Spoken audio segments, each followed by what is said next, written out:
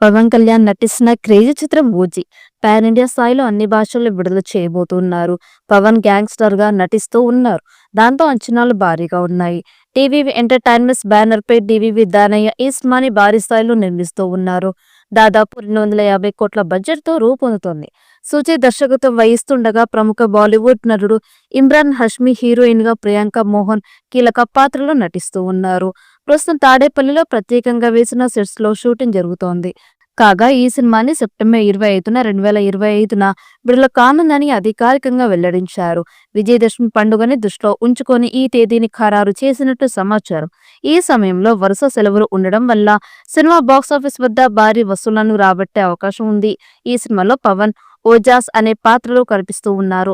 Pawan mafia leader పాత్రలో నటిస్తూ ఉన్న వార్తలు సినిమాపై అంచనాలను పెంచేశాయి. మరిన్ని అంచనాల నడుమ తెరకెక్కుతున్న ఈ సినిమా బాక్సాఫీస్ వద్ద ఎలాంటి వండర్స్ క్రియేట్ చేస్తుందో చూడాలి.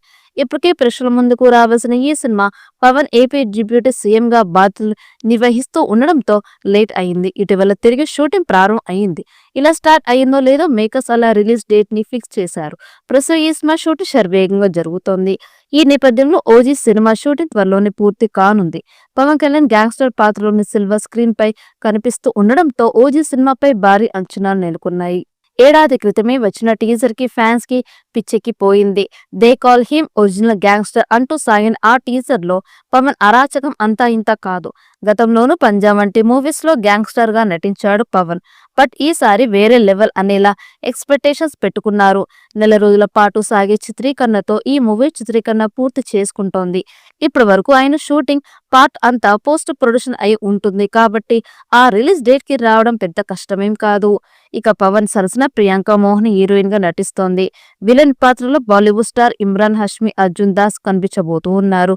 ప్రకాష్ రాజ్, శ్రియారెడ్డి, హరీష్ ఉత్తమన్, అభిమన్యు సింగ్ ఇతర పాత్రల్లో నటిస్తూ ఉన్నారు. తమ సంగీతం అందిస్తూ ఉన్నారు. రవి కే చంద్ర సినిమాటోగ్రఫీ చేస్తూ ఉన్నాడు. పాన్ ఇండియా స్థాయిలో విడుదల చేయడానికి సన్నాహాలు చేస్తూ ఉన్నారు. మరి ఈ చిత్రం ఎలాంటి టికోస్ క్రియేట్ చేస్తుందో చూడాలి. ఈ వీడియో మీకు నచ్చినట్టయితే లైక్ చేయండి, షేర్ చేయండి. మరిన్ని అప్డేట్ కోసం మన ఛానల్ ని సబ్స్క్రైబ్ చేసుకోండి. ఈ వీడియోపై మీ అభిప్రాయాన్ని కామెంట్ బాక్స్ లో కామెంట్ చేయండి.